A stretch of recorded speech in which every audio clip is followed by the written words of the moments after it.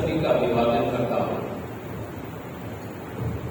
बहुत सुंदर अवसर ये आज हमें मिला है कि हीलिंग मिनिस्ट्री के बारे में परमेश्वर के वचन से कुछ सीखें और अपने मसीह जीवन को और भी बेहतर और मजबूत बना सकें। इससे पहले कि हम वचन की ओर बढ़े, एक प्रार्थना में हम सम्मिलित होंगे। महान सर्वशक्तिमान पिता परमेश्वर, हम जानते हैं कि हमारे बीच में बैठे विश्वासी लोगों ने बहुत कुछ आपसे मांगा होगा और तो उत्तर का इंतजार कर रहे हैं। बहुत सारे ऐसे लोग हैं जिन लोगों ने चंगाई मांगी है और इंतजार कर रहे हैं। बहुत सारे लोग हैं जो विश्वास में कमजोर हैं और दृढ़ विश्वास को चाहते हैं। मेरी प्रार्थना है प्रभु जी कि आज वचन के द्वारा हमारे जीवन को हमारे उद्धारकर्ता प्रभु यीशु मसीह के स्वभाव और इच्छा के अनुसार हम बनाने वाले बन सकें। वचन को सुनने वाले, सुनाने वाले हर एक को आपके हाथों में सौंपते हैं। आपका वचन प्रबल हो, सारी महिमा और आदर हमारे उद्धारकर्ता प्रभु यीशु मसीह को मिले। हमारे उद्धारकर्ता प्रभु यीशु मसीह के नाम से विनती को मांगता हूं, सुनिए और ग्रहण कीजिए। आमीन। हम सब लोग परमेश्वर पर विश्वास करते हैं, लेकिन जब परिस्थितियां कठिन होती हैं, परिस्थितियां जब विषम होती हैं, तो कई बार विश्वास करना मुश्किल हो जाता है। और मसीह जीवन का मूलभूत आधार है कि हम निरंतर मसीह जीवन में विश्वास करना सीखते चले जाएं।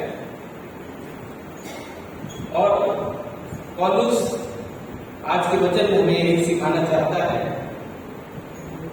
जो वचन पढ़ा गया उसको फिर से आपके सामने पढ़ूंगा, और जितने भी हमारे विश्वास भाई बहन बाइबल को लेके आए हैं अवश्य रूप से बाइबल खोलें। और संत पौलुस आज हमें क्या वचन में सिखाना चाहता है। कई बार इसको हमने पढ़ा है, कई बार इसे सुना है, लेकिन मेरा विश्वास है कि जब आज का संदेश समाप्त होगा, निश्चय आपको कुछ नई बातें सीखने को मिलेगी और आपका विश्वास और भी मजबूत होगा। यहाँ पे पौलुस लिखता है, किसी भी बात की चिंता मत करो, परंतु हर एक बात में तुम्हारे निवेदन, प्रार्थना और विनती के द्वारा धन्यवाद के साथ परमेश्वर के सम्मुख उपस्थित किए जाएं। तब परमेश्वर की शांति जो सारी समझ से परे है, तुम्हारे हृदय और तुम्हारे विचारों को मसीह यीशु में सुरक्षित रखेगी। इसको इंग्लिश में भी पढ़ना चाहूंगा, कुछ शब्द आप उसमें से कैच कर लेंगे तो आपको सीखने में बहुत सहायता प्रदान करेंगे। Do not be anxious about anything, but in everything by prayer and supplication with thanksgiving let your request be made known to God, and the peace of God which surpasses all understanding will guard your hearts and your minds in Christ Jesus। आज का हमारा जो विषय है perfect peace, peace of God.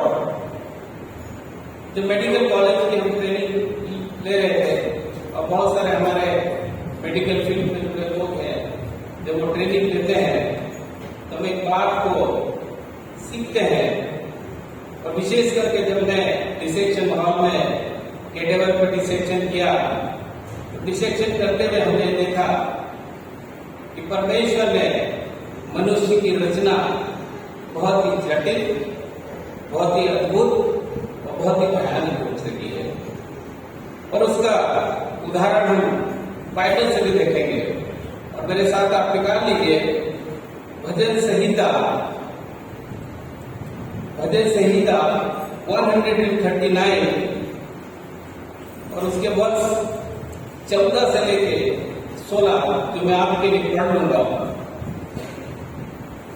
Psalm 139 वर्ष 14 to 16। मैं तेरा धन्यवाद करूंगा इसलिए तुम्हें भयानक और अद्भुत रीति से रचा गया हूं। तेरे काम तो आश्चर्य के हैं और मैं इसे भली भांति जानता हूं। जब मैं गुप्त में बनाया जाता और पृथ्वी के नीचे स्थानों में रचा जाता था, तब मेरी हड्डियां तुझसे छिपी न थी। तेरी आंखों ने मेरे बेडौल तत्व को देखा और मेरे सब अंग जो दिन दिन बनते जाते थे, वे रचे जाने से पहले तेरी पुस्तक में लिखे हुए थे। ब्रदर एंड सिस्टर्स, इससे पहले कि हमारी रचना हुई, परमेश्वर ने अपनी किताब में हमारी रचना कैसे होगी इसको पहले से लिख लिया था। उसके बाद हमारी रचना हुई। और जब हमारे शरीर को बनाया परमेश्वर ने, तो उसके अंदर बहुत सारे सिस्टम दिए हैं जो हमारे शरीर को चलाने के लिए काम आते हैं। और उसमें से एक बहुत ही अद्भुत सिस्टम जो परमेश्वर ने हमारे शरीर में रखा है, और उसे हम कहते हैं इम्यून सिस्टम, प्रतिरोधक क्षमता प्रदान करने वाला सिस्टम, जो कि हमारे शरीर में इन्फेक्शन या जो डिजीज होती है उससे लड़ने में हमारी सहायता करता है। वो हमारे शरीर में एंटीबॉडीज बनाता है और हमारे शरीर में अगर कोई बीमारी होती है तो उससे हमें छुटकारा दिलवाता है। और इम्यून सिस्टम इतना ही काम नहीं करता, लेकिन इम्यून सिस्टम जब हमारे शरीर में किसी भी प्रकार का कोई बैक्टीरिया, फंगस, वायरस एक बार आ जाता है तो उसकी मेमोरी भी अपने पास रखता है। और जब भी निकट भविष्य में वो बीमारी दोबारा हमारे पास होती है तो उससे लड़ने में भी सक्षम होता है। सामान्य परिस्थितियों में, इन नॉर्मल सर्कमस्टेंसेस, हमारा शरीर बीमारियों से लड़ने में सक्षम होता है। और ये जो वरदान है, ये परमेश्वर ने हमको इस धरती पर जब रच कर भेजा तो स्वतः ही दिया है। Our body has the natural ability to heal itself। और ये अपने आप नहीं हो रहा है, लेकिन इसके पीछे जो है परमेश्वर काम करता है। और परमेश्वर ने ये सिस्टम हमको किया है। जब हमारे शरीर में कोई चोट लग जाती है, खून बहने लगता है, तो इम्यून सिस्टम काम करता है। वो आके उस ब्लीडिंग को रोकता है और हम जो है शरीर में जो खून निकल रहा है वो निकलने से बच जाता है और मृत्यु से बच जाते हैं। इस प्रकार से ये हमें समझना आवश्यक है कि healing is a gift of God. चंगाई जो है वो परमेश्वर का वरदान है। डॉक्टर्स के पास हम जाते हैं, बीमार होते हैं, वो हमको एंटीबायोटिक्स देते हैं। एंटीबायोटिक जो होती है वो हमारे शरीर के सिम्टम्स को ठीक करती है, लेकिन चंगाई जो प्राप्त होती है हमें, वो हमारा इम्यून सिस्टम होता है। तो इम्यून सिस्टम जो है परमेश्वर की एक देन है, परमेश्वर की एक आशीष है जो हमारे शरीर में दी गई है।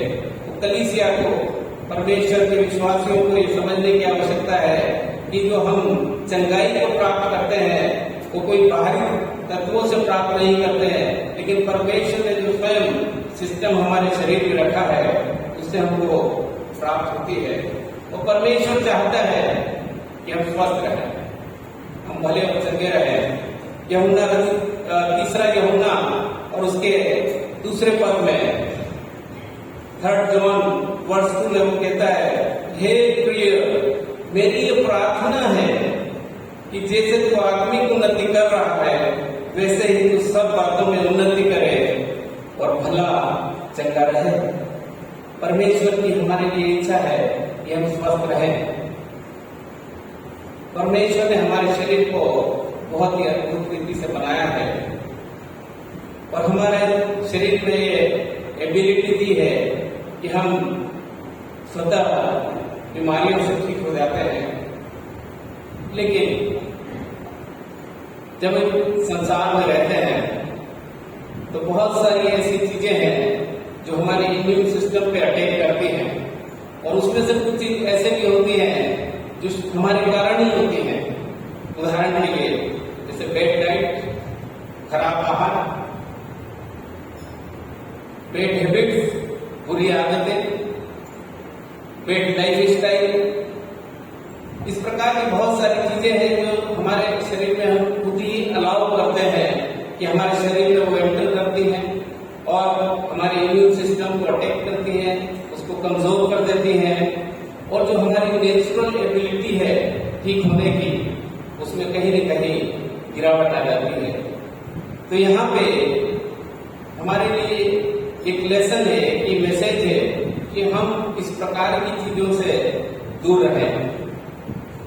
दूसरा है कि ऐसा नहीं है कि सिर्फ बीमारी है जो हमारे इम्यून सिस्टम को अटैक कर रही है। इसका मतलब कि जो परमेश्वर ने हमको नेचुरल एबिलिटी दी है ठीक होने के लिए, वो परमेश्वर की योजना नहीं है। परमेश्वर की योजना नहीं है कि हमारा सिस्टम जो है खराब हो जाए, हमारा सिस्टम है वो वीक हो जाए, लेकिन हम स्वयं किसी न किसी रूप से उस सिस्टम को कमजोर कर देते हैं। तो आज की तारीख में अगर देखें तो केवल बीमारियां ही नहीं है जो हमारे सिस्टम को वीक कर रही है, लेकिन उससे भी बड़ा जो कारण है हमारी जो natural ability to heal itself, वो है चिंता, anxiety, worry, tension, trouble spirit. ये जो चीजें हैं हमारे नेचुरल जो इम्यून सिस्टम है उसको अटैक करती है। और आपको जान के बड़ा आश्चर्य होगा कि आज वर्तमान में इस दुनिया में जो लीडिंग जो 6 कॉजेज है डेथ के, उसमें कहीं न कहीं जो एंजाइटी है उसके साथ अटैच है। एंजाइटी कुछ भी कर सकता है। एंजाइटी के कारण जो है हेडेक होता है, माइग्रेन होता है। हेडेक के कारण हमको जो है नर्वसनेस होती है। हेडेक के कारण हमारे जीवन में स्लीपिंग डिसऑर्डर आ जाते हैं। हेडेक के कारण हमको हार्ट प्रॉब्लम्स होती है। हेडेक के कारण हमको डाइजेस्टिव प्रॉब्लम्स होती है। हेडेक जो है वो कैंसर से भी जुड़ा हुआ है। हेडेक जो है वो एक्सीडेंट से जुड़ा हुआ है। हेडेक जो है वो हमारे बहुत सारे जो सुसाइडल अटेम्प्ट होते हैं उससे जुड़ा हुआ है। तो चिंता जो है उसके भयानक परिणाम आज मनुष्य को मिल रहा है।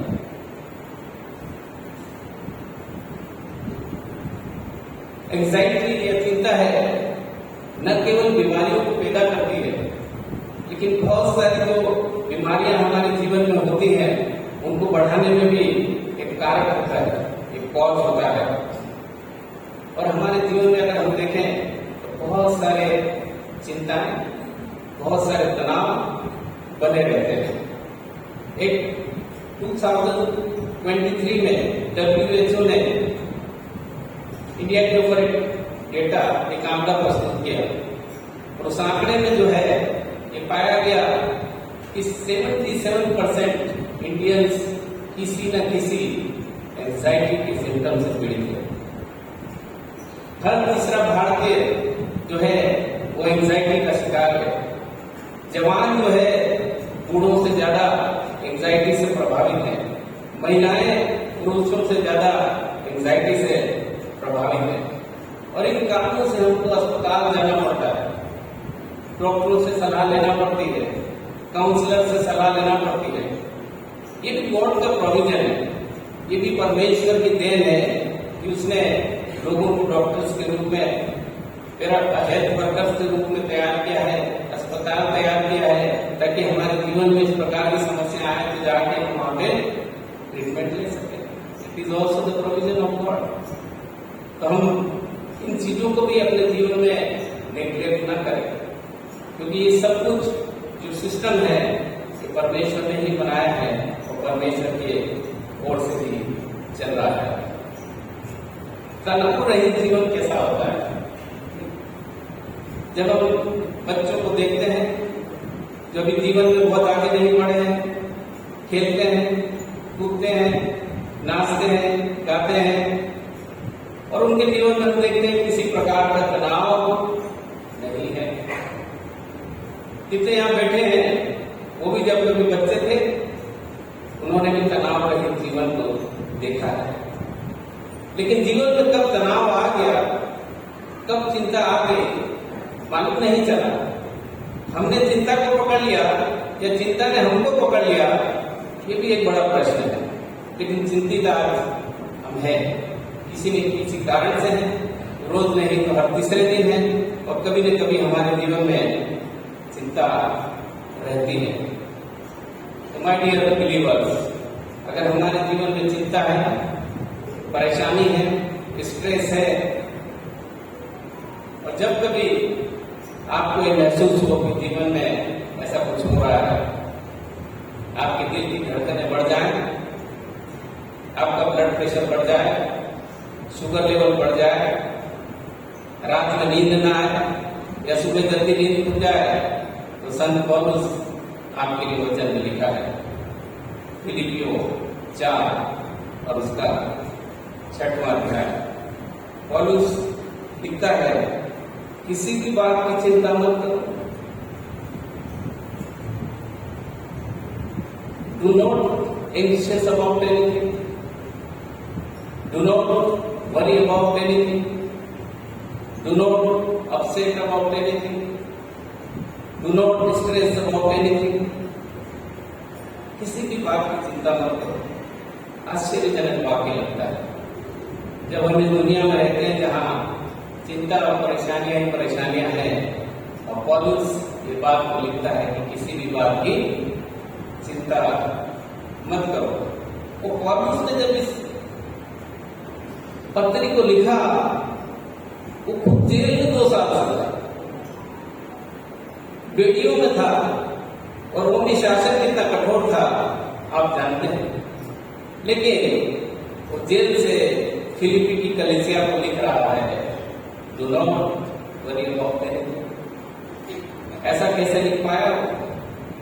वो इसलिए लिख पाया कि उसने अपने आप को ट्रेन कर लिया था, अपने आप को सिखा लिया था कि परमेश्वर पे भरोसा कैसे किया जाता है।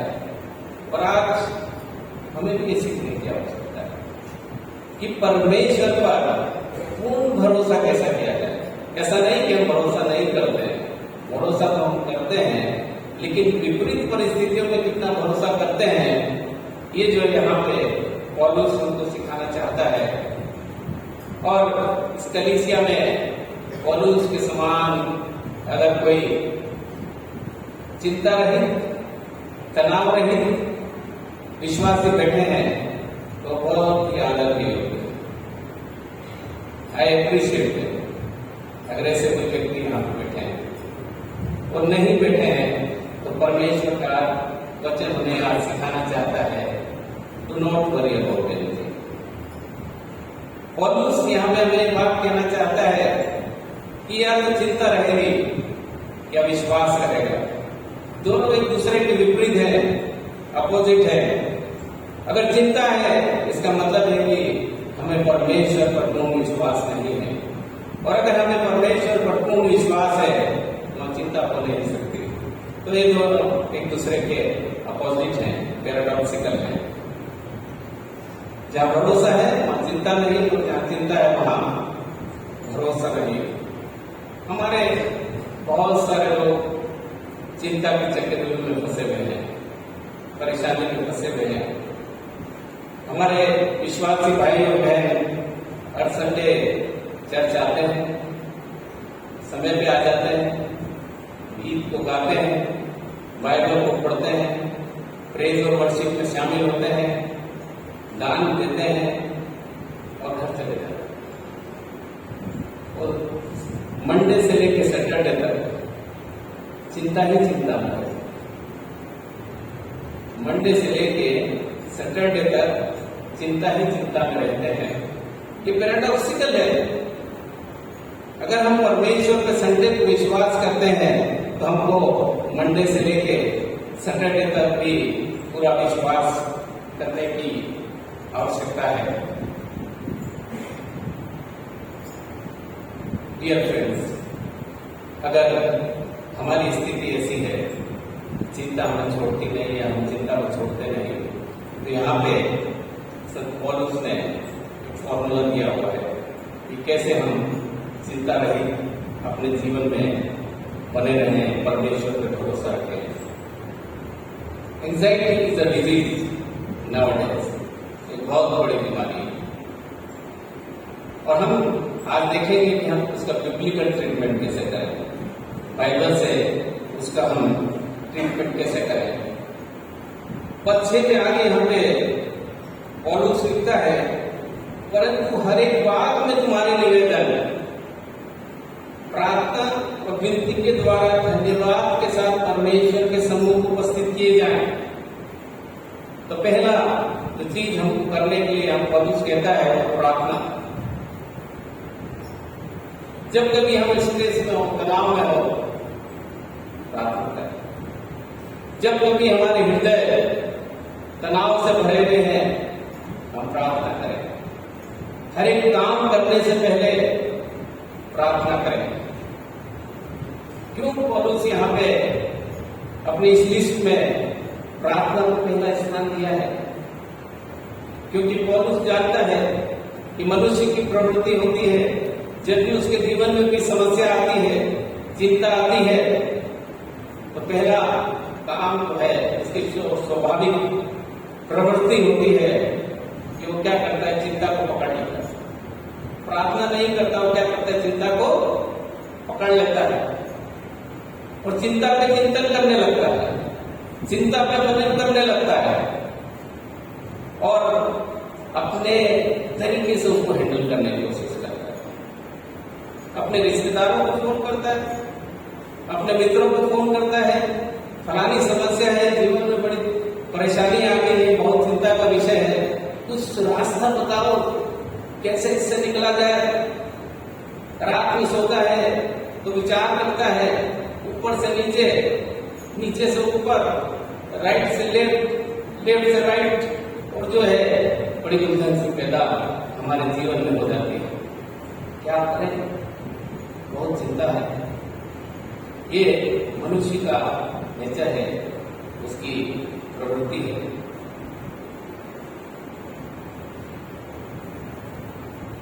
इसलिए पौलुस कहता है, सबसे पहले प्रार्थना करो, परमेश्वर से बातचीत करो, जो भी समस्या है उसे परमेश्वर को बताओ। बाइबल पढ़ो और प्रार्थना करो, बाइबल पढ़ो और अपने मन की बात परमेश्वर को कहो। परमेश्वर सुनेगा, अपने समय पे सुनेगा, हमारे समय पे नहीं सुनेगा, लेकिन हमारा काम है प्रार्थना करते रहना। भिलाई इंडस्ट्रीज का शहर है और इंडस्ट्रियल वर्कर जो होते हैं और स्कूल में अगर आग लग जाए तो उस आग से खास करके कपड़ों पे तो कैसे बचा जाए, उसकी ट्रेनिंग दी जाती है कि अगर कभी शरीर में आग लग जाए तो क्या करें। उनको सिखाया जाता है, स्टॉप, रुको, ड्रॉप, नीचे गिर जाओ, एंड रोल, और जमीन पे लुटो, आग से बच सकोगे। Stop, drop and roll. प्रिय भाई और बहनों, अगर हमारे जीवन में चिंता की आग लग जाए तो स्टॉप, रुक जाइए, चिंता मत करिए, रुक जाइए एंड ड्रॉप, अपने घुटनों पे आ जाइए एंड प्रे, प्रार्थना करिए। Stop, drop and pray. प्रार्थना करिए अपने हाथों को उठाकर। कुछ समझ ना आए तो प्रार्थना करिए कि परमेश्वर मेरे जीवन में ये समस्या है और ये चिंता है, मैं क्या करूं। पौलुस ने जिस प्रार्थना शब्द का उपयोग इस सिचुएशन में किया है वो ग्रीक वर्ड प्रोसुके से लिया गया और प्रोसुके का अर्थ जो होता है